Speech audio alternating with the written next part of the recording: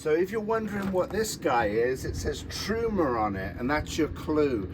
Inside there's a Truma Aquago system. It's hot water and furnace. So this is your exhaust for your furnace, okay?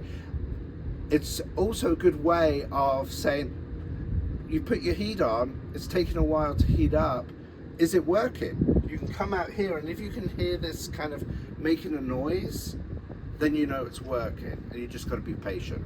But that is your exhaust system for your Truma system.